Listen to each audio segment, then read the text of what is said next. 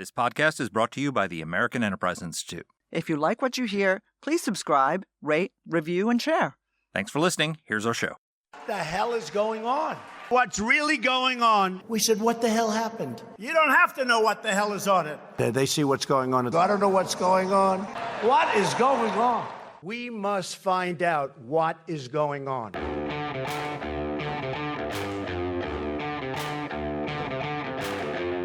Hi, I'm Danielle Pletka. And I'm Mark Thiessen. Welcome to our podcast, What the Hell is Going On? Mark, what the hell's going on? What the hell is going on is the Chinese Communist Party has infiltrated Stanford University, and we've got the deets. Dum, dum, dum. We've got two young editors at the Stanford Review, which is the conservative newspaper at Stanford University, which is a great institution. They are sophomores, and they did an investigation that could rival anything that the Washington Post or the New York Times has done, and probably is something that both the Washington Post and the New York Times should have done, which is investigate the infiltration of their university by the Chinese Communist Party. And they produced this report that they interviewed a whole bunch of Chinese students on campus and uncovered the ways in which the Chinese Communist Party handlers posing as Stanford students, to force these Chinese nationals who come here to study to provide information about what their research is, what other people are doing on the campus, how their labs work, what their conclusions are, all this different information. And then also how the Chinese Communist Party recruits people, as particularly in the PhD level in their country, gives them scholarships and sends them in a very organized fashion to collect, not just at Stanford, but at universities across the country. I think 15% of the Chinese students in the United States are on these grants from this Chinese scholarship group. It's a very open, organized process by which they have to have regular meetings with the Chinese consulate and provide regular reports. It's almost an open secret that they are spying on the research that these universities are doing. And we've got two brilliant young people who have dug up the goods. So I'll just read you a little bit from their report. This summer, a CCP, that's Chinese Communist Party agent, impersonated a Stanford student. Under the alias Charles Chen, he approached several students through social media. Anna, and that's a false name, a Stanford student conducting sensitive research on China, began receiving unexpected messages from Charles Chen. At first, Charles's outreach seemed benign. He asked about networking opportunities. But soon his messages took a strange turn. He inquired whether Anna spoke Mandarin, then grew increasingly persistent and personal. He sent videos of Americans who had gained fame in China, encouraged Anna to visit Beijing, and offered to cover her travel expenses. He would send screenshots of a bank account balance to prove he could buy the plane tickets.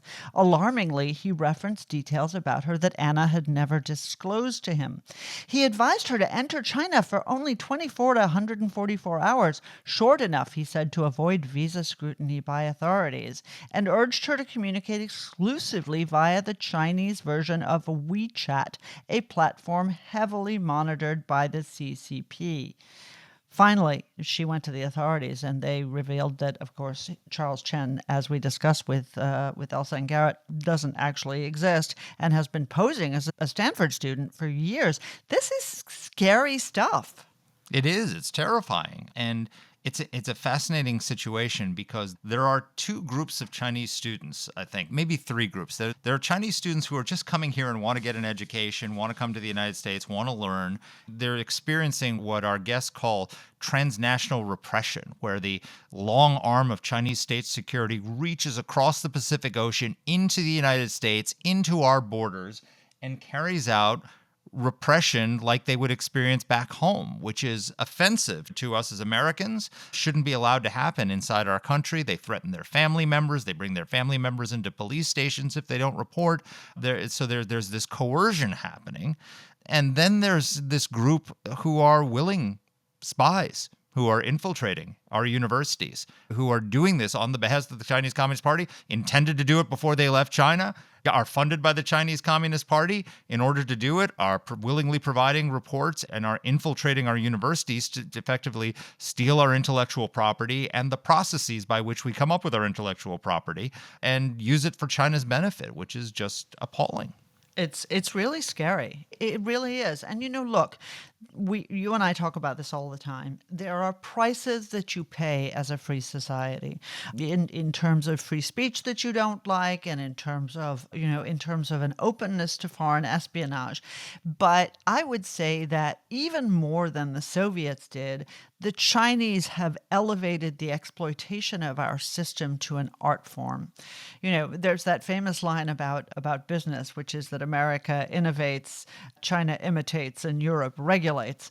And and it sums it up. But I mean, Yeah. what the Chinese are doing is, from the most basic of information to the most sophisticated and important sensitive information on nuclear and on military, they are stealing from the United States.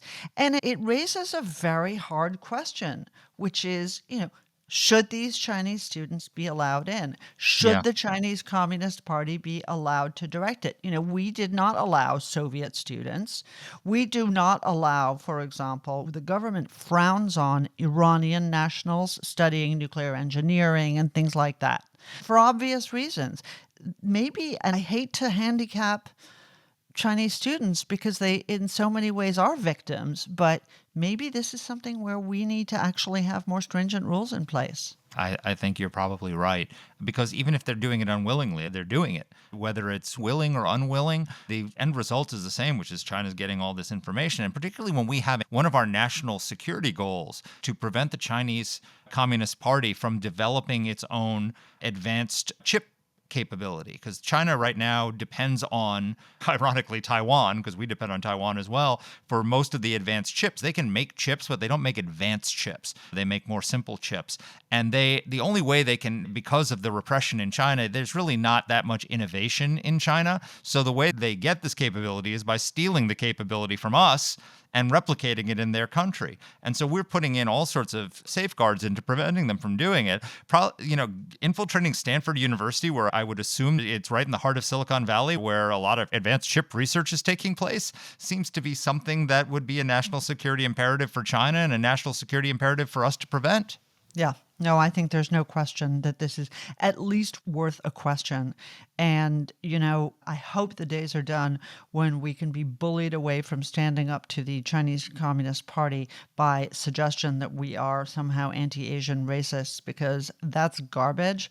These people are our enemies in Beijing. These are the people who gave us COVID. These are the people who are spying on us. These are the people who are threatening our allies and threatening Americans as well as Chinese nationals in America. So, Well, I think we should allow a lot more Chinese people to come into Stanford University. Just bring them from Taiwan, bring them from free China instead of red China. there are a lot more red Chinese, Mark.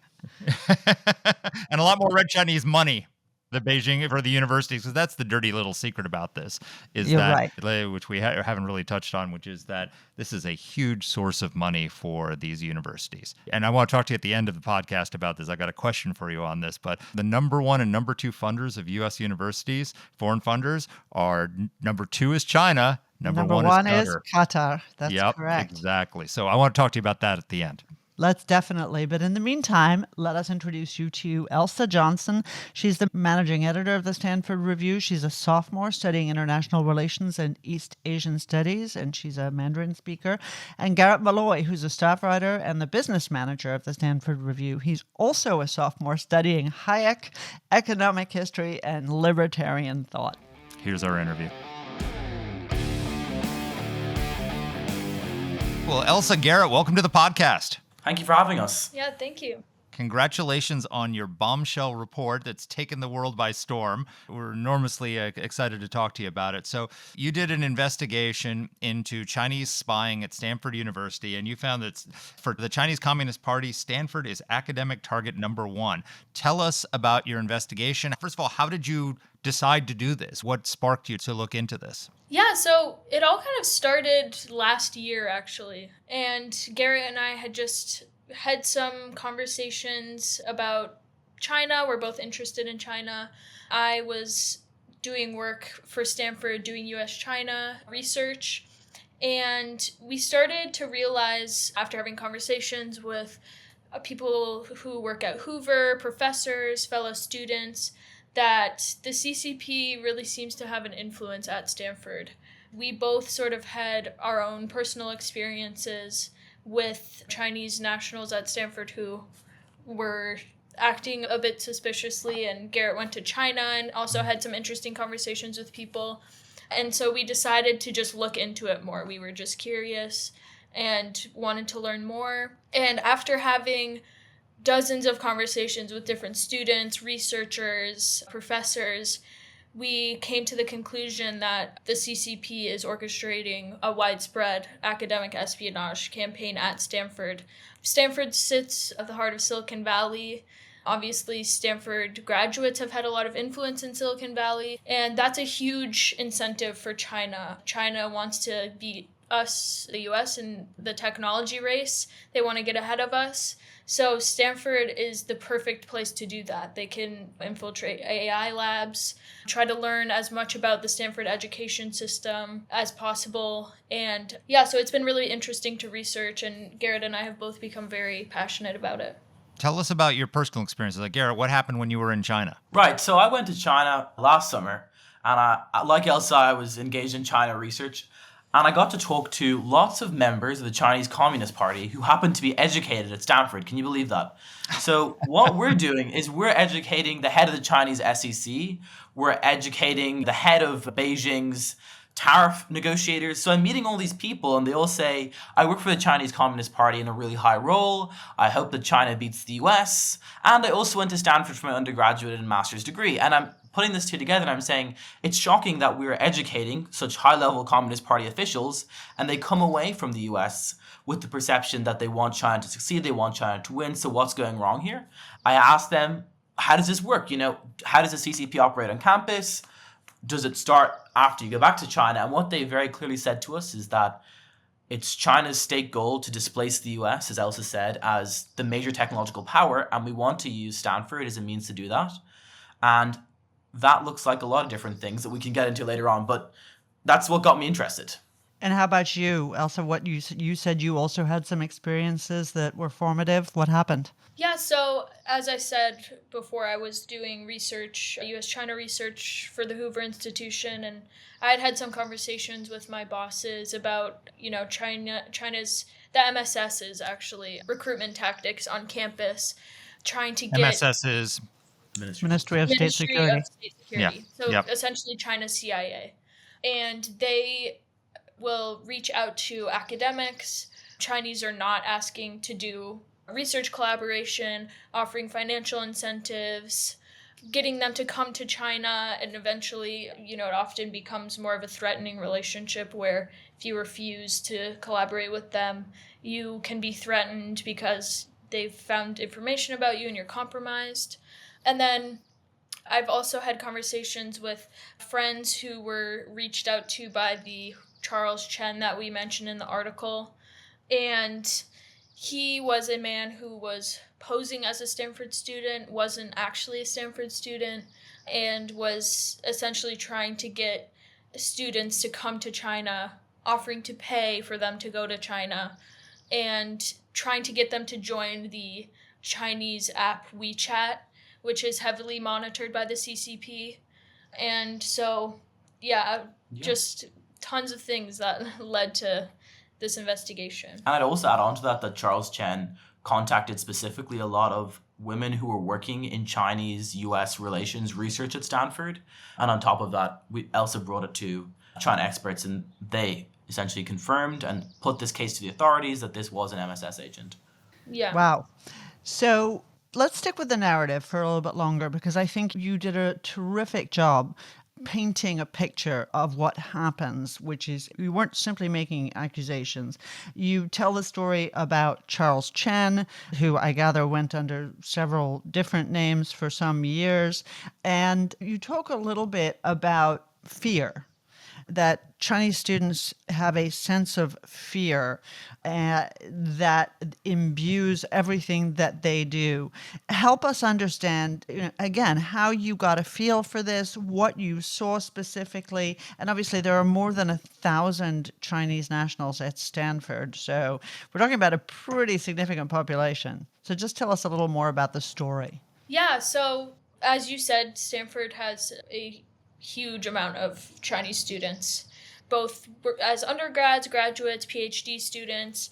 Interrupt you for a second, Elsa. When you say Chinese, do you mean ethnically Chinese or do you mean nationally Chinese? Nationally Chinese. Chinese Right. nationals. Got it. There are Chinese nationals getting an education in all parts of the Stanford education system.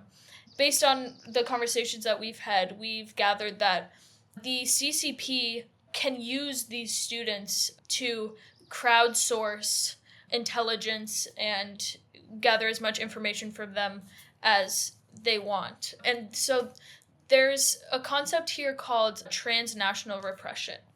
And transnational repression is where students can feel threatened by their own government even when they're not in their own country.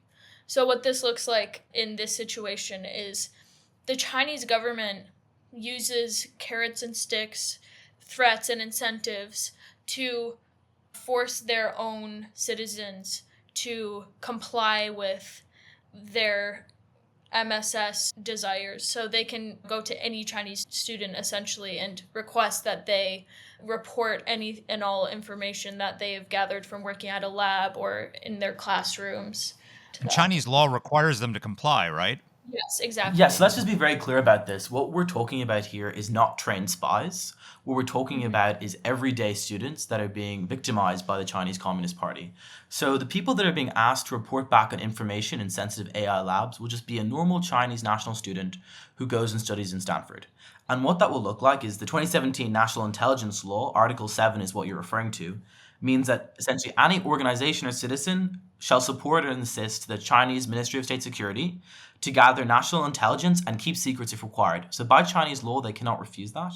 So the way that's translated into actual espionage and information collection at Stanford is what they will do is they'll keep a profile of every single Chinese student and everything they're doing. And Matthew Turpin, who worked as a China advisor to the National Security Council, corroborated this for us. What they'll do is they'll keep a profile of all the areas that they're working on academically. And then if they have interest in, let's say, AI or quantum computing, they will then reach out to that student and ask them to provide documents, internal memos, methodologies, future directions of the research. And these are the things that appeared to us. So in conversations, Chinese students would report things like, every single week I'm asked to meet a handler where I will be asked to talk about the research I'm doing, the directions that research is going in, how that research is progressing, and how we could re-implement that research back in China. So that's the most important thing to distinguish here. I was also just going to add, this is a really sad situation that these students are placed into. It's obviously not their choice. There are some students who want to work with the Chinese government and they are happy to do this. They want to advance their careers. But there are also so many students who just want to come to Stanford and get an education. Many of them probably wish to stay in the United States. But when they have all of their family members in China who can also be threatened or sent to jail if they don't comply, they're just put in a really terrible situation. So I wanted to follow up with you just on a technical question. So they meet with handlers. Are they meeting with handlers who are residing in the United States and are members of Chinese state security, or are they doing it online? Do you know? Yes. So there's two types of things that Chinese students have reported to us. So the first is handlers that they're meeting online, like communication channels like WeChat. So that will look like a weekly chat check-in where they will do a Zoom conference call, they'll talk about the research they're doing, and they'll send documents across. The second thing is more advanced, and this happens at the PhD level where you're talking about really advanced research in bioengineering, quantum computing, and AI. And this is where Chinese students will be sponsored by the Chinese Scholarship Council. And as part of the Chinese Scholarship Council, they'll be required to go to the Chinese consulate and provide information to the Chinese consulate in situation reports. So that's where physical information gets handed over in person. And that happens with very advanced cases of research.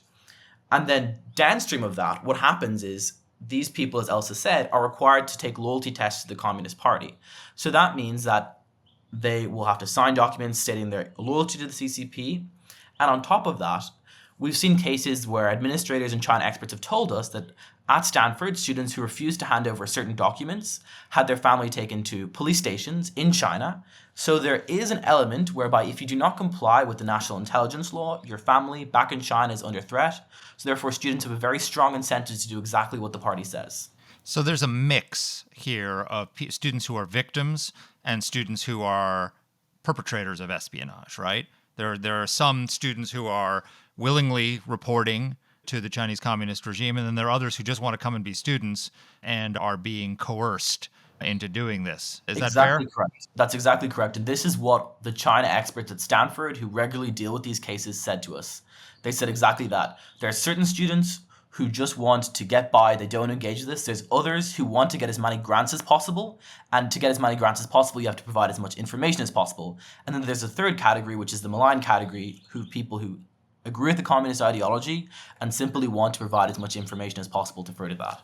The people you met in China. The people I met in China, Right? exactly. who are signed up with the CCP and want them to win and defeat us, right? Correct. Exactly. So I want to get to the university's response to this, which I think is very revealing. But before we do that, let's just talk about substance for a second. So obviously, anybody listening, and Mark and I know full well, Stanford is an elite educational institution in the United States. It is in the heartland, the tech heartland of California. What are the Chinese collecting? Because one of the things, Mark and I have obviously spent long years talking about this, seeing it both inside government and out.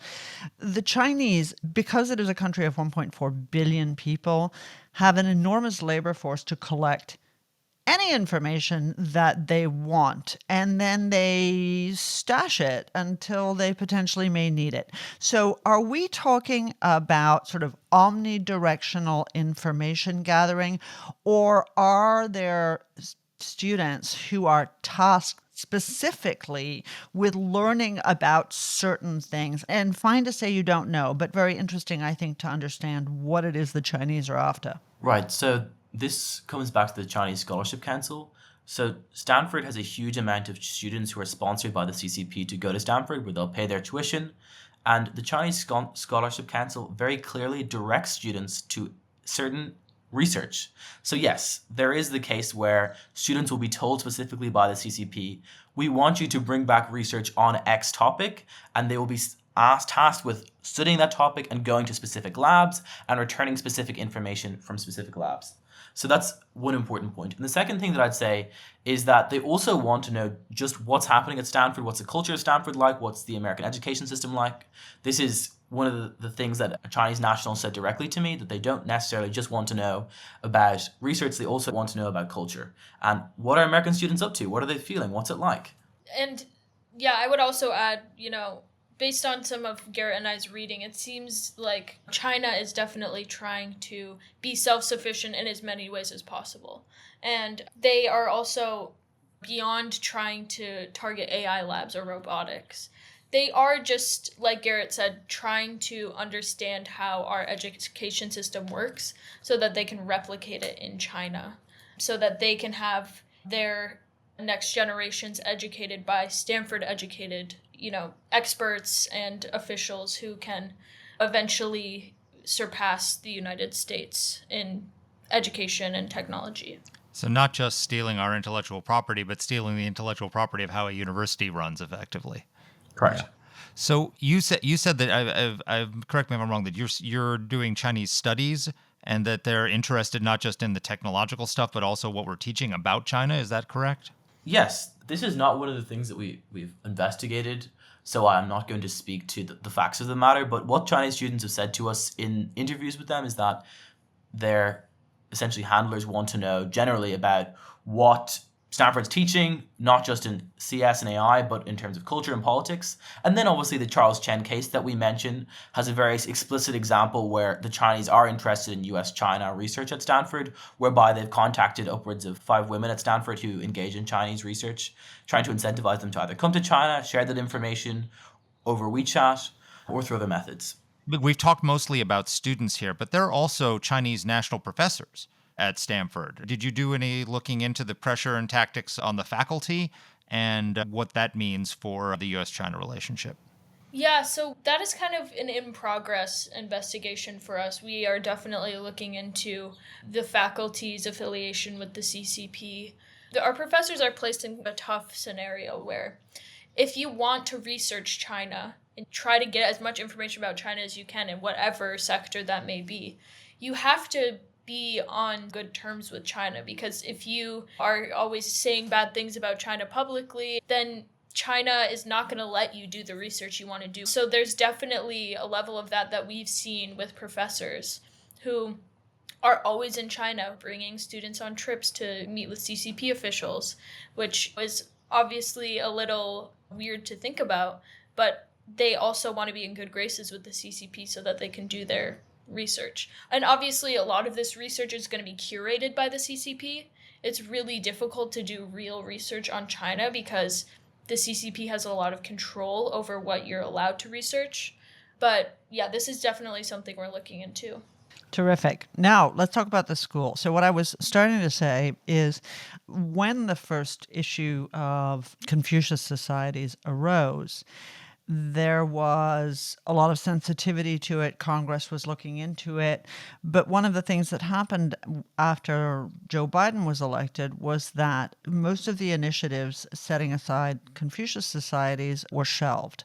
And that was an extraordinarily effective effort to tar people who make accusations of the kind that you both made, but that others have made, that the China Committee, the Special Committee on the Chinese Communist Party made during COVID as well, to tar them with a racist brush, that basically this is anti-Asian racism. And in reading a little bit about the reactions of some, including the school, to your piece, I see exactly that method of deflection. Tell us a little bit about the school's reaction.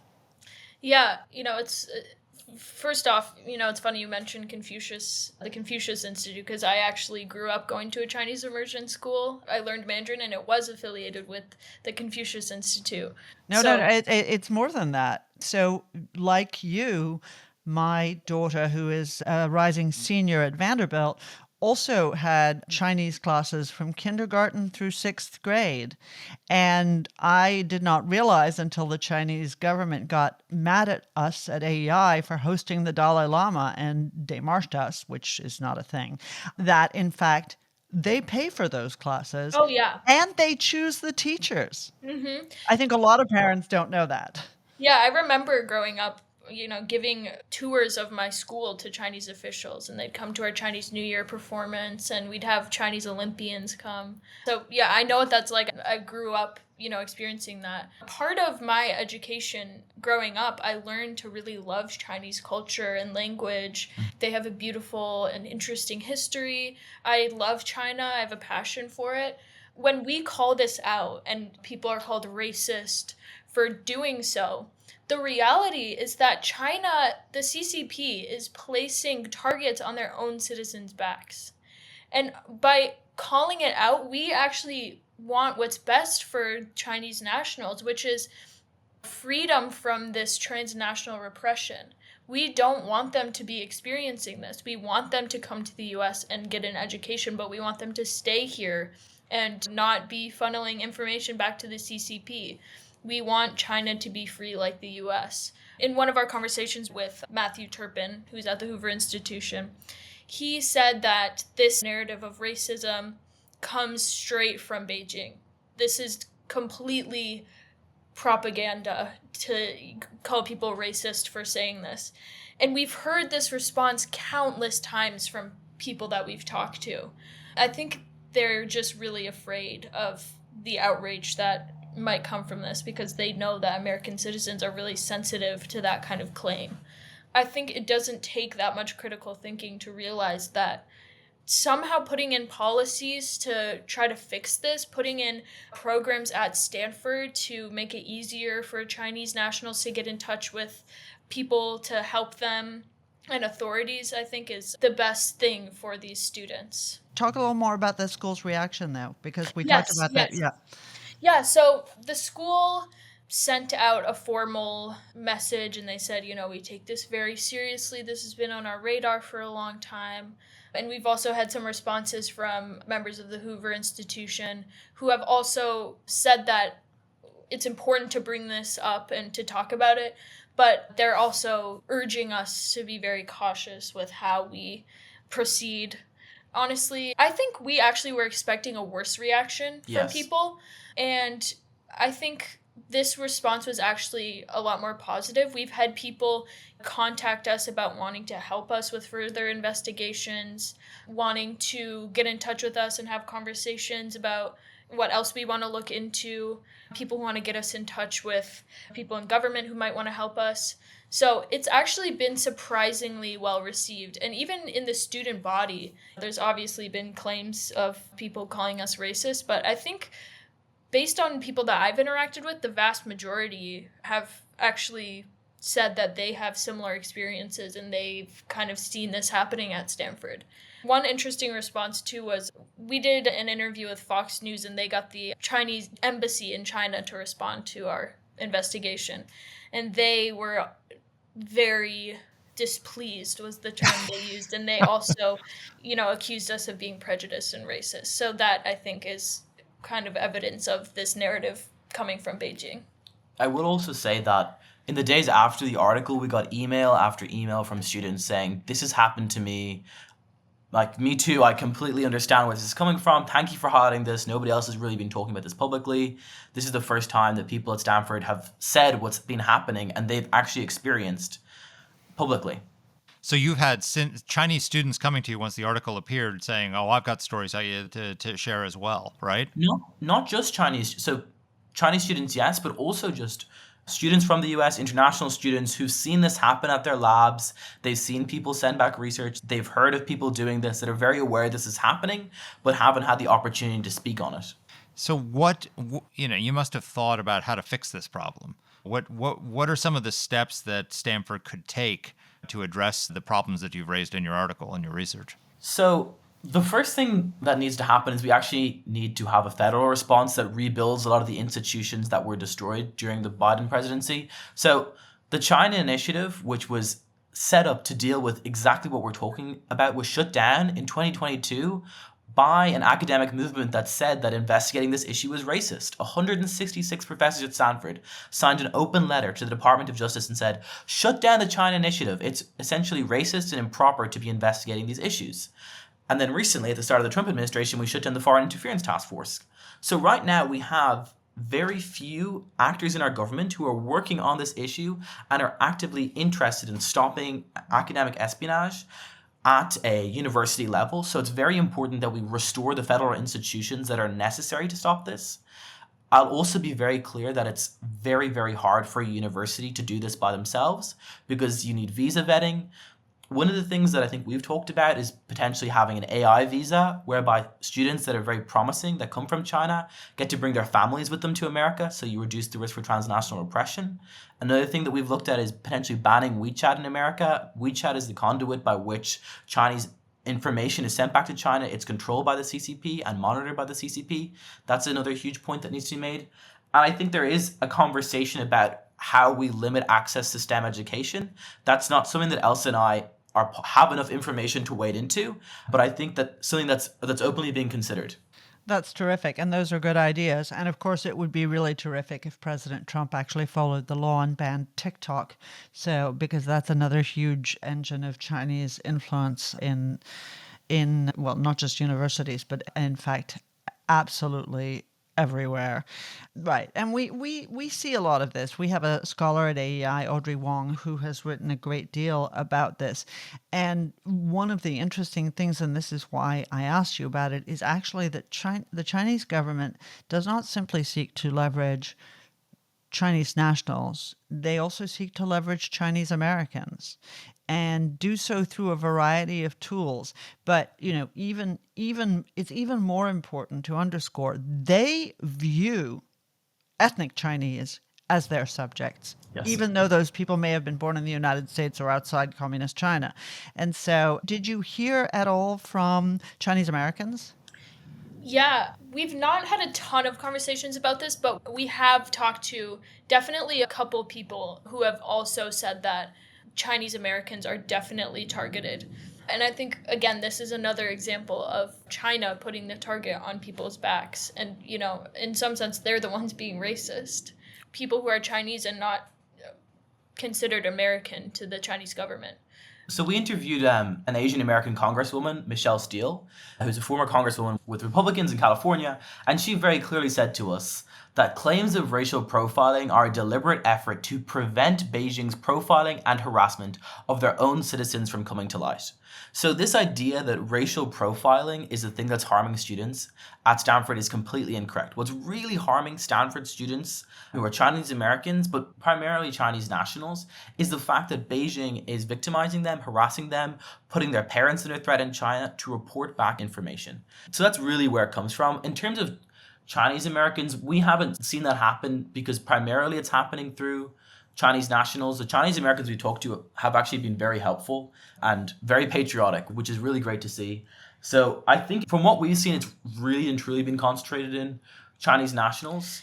Yeah, but you can imagine if these Chinese American students still have family in China, Right. extended family, and maybe they're using WeChat to get in contact with them, this makes them vulnerable. Obviously, the CCP is monitoring these things, and they know when people have relatives in the United States, and they can target those relatives. So this will definitely also be something that we're continuing to investigate. Can I just ask you another follow-up on what to do? What is your view about the Chinese Scholarship Council? I mean, on the one hand, you have a state body that pays for Chinese nationals to go to elite American schools. That's great for the elite American schools, which rely on these fully paying foreigners much more than I think many people have realized. At the same time, you don't want to tar everybody who gets money through the CSC as a potential spy. But clearly the CSC views all of them as potential spies. Should the US government ban the operations of things like the Chinese Scholarship Council at U.S. schools? Look, I think that the first thing that we need to consider here is that situation reports, handler meetings, the goal of returning information that is sensitive to China needs to be something that we have policies and regulations against. I think that it's very hard for us to arbitrate on that because we're not policymakers, but I don't know if Elsa wants to come in on this.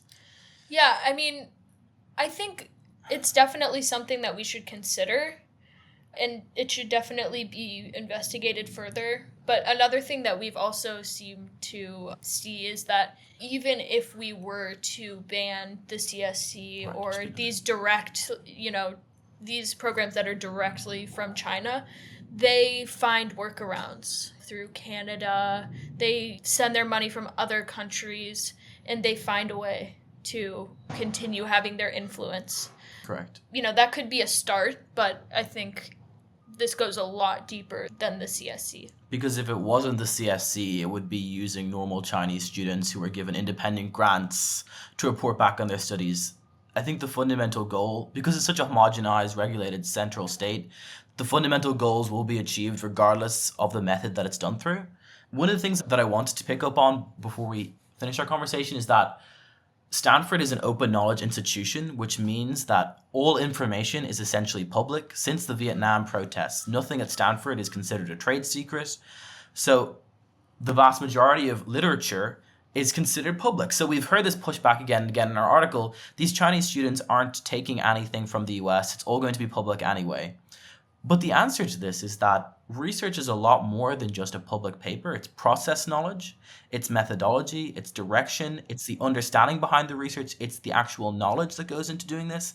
And those are the key things that China wants. They want people to go into Stanford and learn the processes and then send back that information so it can be replicated in China. Yeah, and they also, want their students to graduate from China and go on to work at OpenAI or one of the AI robotics labs in Silicon Valley and continue to report back. And those things are, actually secrets that, Correct. is illegal. So Yeah, no, I know. My wife worked in the Senate on the Permanent Select Committee on Investigations, and one of the things they found was that some professors who were getting grants were literally asked, they would do their research in the U.S., and they were brought to China and forced to recreate their labs in China and recreate the research so that they could have not just the results, but the methodology and how it is all done. The coercion of professors is a really interesting area you might want to follow as you work on your follow-up to this. But I wanted to ask you another question because I'm really taken by your description of the transnational repression and the idea that the sort of the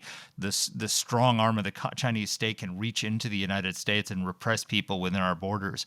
One of the things that you suggested, for example, with certain research, that people be able to the visas, bring their families over so they can't be coerced back home and all the rest of it. One of the things that President Trump has suggested is that foreign students who come to the United States, when they complete a degree, ought to be able to get a green card and stay, because most foreign students, once they complete their studies, have to go back. How would that impact Chinese students here? Would it give them a little, if they had the ability to stay here as opposed to being forced to go back to China and maybe make a life here? Or would that possibly be a tool of long-term infiltration? It seems like a double-edged sword. Yeah, I think this is a tough one because the Chinese that want to stay do end up staying. There is really no limitations. When you're talking about research institutes like some of the top US colleges, the Chinese students that want to go to work at AI labs that are potentially returning information are nearly 9 times out of 10 successful at getting a visa and staying in the United States. I think that with regards to this policy, the change in the amount of Chinese students, the change in Communist Party policy is very minimal because the ones that want to stay do stay. And then on top of that, the people that have to return will return either way because, as I've said, their families will be in China. And on top of that, in a large part of it, it's required by the contract they sign with the Chinese Communist Party to return. So in violating their contract, they'd be violating the law, and they're not legally capable of doing that, even if we were to give them a green card. Interesting. Super interesting, and really compliments to you both. This was a terrific piece of work, really important, and holding your own school to account is something we're seeing more and more of. And I know that, at least speaking for me and for Mark, I think we truly admire those students who want to make their universities better places. Yep. Your generation's going to save our country. Thank you. Thank you. We need all the help we can get. Thank you, guys. So, Mark, what do you think? Well, first of all, can I just say, this is now the second podcast where we've had college students on, and we were talking about this offline. They're as impressive as the PhD scholars and Nobel laureates we have on this podcast. These young Gen Zers are really impressive. And I look at the campuses today with the pushback on the anti-Semitism and the pushback on the pro-Hamas protests and all the rest of it. I'm actually, for the first time in the last couple of years, fairly encouraged about Gen Z. No, I hope our listeners feel the same way, because you are exactly right. These kids are enough to give you hope for the future. They're terrific. So let's talk a little bit about the foreign funding issue that you raised. I have a question for you. Yes. I have a question for you on this because I was thinking about this as the interview was happening. So we mentioned at the start that China is only the number 2 funder of universities. The number 1 funder is Qatar. And I think that money comes with strings. And I think it is not a coincidence that you've seen this explosion of anti-Semitism on college campuses and the massive funding of money coming from Qatar. How do you compare the two? Like, how do you see the nefarious influence of Qatari money coming into universities and the Chinese influence? How are these different animals? Are they similar animals? What do you think, Danny? So when I wrote the big piece that I wrote for commentary last year, explicitly said that the necessary changes to U.S. law wouldn't just protect us from the malign intent of the Qatari royal family, that they would also protect us from the Chinese. And the problem is, money is money is money. Influence is influence is influence. Now, I don't think the Qataris are interested in stealing intellectual property because, well, let's let our listeners guess why. But the Chinese are. And the problem with the Chinese is, of course, it's a two-way street. So, the money comes in, the intel goes out. With the Qataris, it is money for the purpose of influence in the United States. And what they are doing is buying ideological bias in a whole variety of ways. And I don't know whether you saw, Mark, there was a big report out just a couple days ago about how over the last year, the vast mass of Qatari spending in Washington has focused on conservative media. A big switcheroo where it was only about 4%, 5% before that. They have now wholly turned toward influencing conservative media. And you see it. You absolutely see it. You see it on Tucker Carlson. You see it on who interviewed the prime minister, and you see it in academia, because there is no such thing. I don't care whether they're giving money for a hospital, money for research. It doesn't matter. There are always strings attached, and I don't think we should ban the money, but I think we should force all reporting on it at a much lower level, 50,000. Yeah. That's what I suggested. So here's an interesting question for you as well. One of the things we've seen with Qatari money and also with the visa student situation is that on these college campuses, we've allowed in a lot of people who hate America, who hate Jews, who support terror, who support Islamic radicalism. And I was struck by, I believe that some of these Chinese students are victims, but not all of them are victims.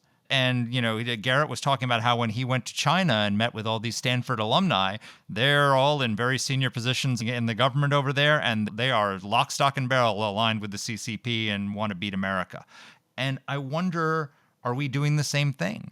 Are we inviting a lot of people into our country, infiltrating into our universities, who also are allies of the CCP, which is our enemy, against the interests of the United States, and are really here to collect information, collect knowledge, to defeat our country in a long twilight struggle between America and Chinese communism?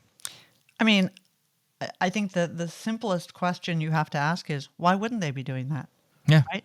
Why not? I mean, you're here, you're spending the money, you've got the workforce, you've got the mechanisms of influence. Why would you not be seeking to influence the direction of attitude? But Mark, look, we've had this conversation so many times with Gallagher and other people about TikTok. If these are tools of influence, and you may be looking at cat videos, or you, Mark, are looking at yacht rock videos, but and I may be looking at German Shepherd videos, but you can bet that everybody is viewing exactly what the Chinese Communist Party wants them to see. And the idea that we allow that, especially in light of what we've learned about what's happening at Stanford now, is just so self-defeating. It's crazy. Yep, I agree with you. Well, I am encouraged that we've got two young, intrepid reporters from Stanford, sophomores. I would alert all the journalists who listen to our podcast who may be in positions of editorial power to take a look at these two young students and scoop them up when they graduate, because this is the kind of intrepid reporters you want working for your institution. I think the job offers ought to be pouring into these people. They're still only sophomores, but we should get them at AEI. Forget those journalists. That's a good idea. There you go. I like that. Very good. All right. Good thinking. Amazing. Thanks, folks. Let us know what you think as well. Thanks for listening. Take care. See you next week.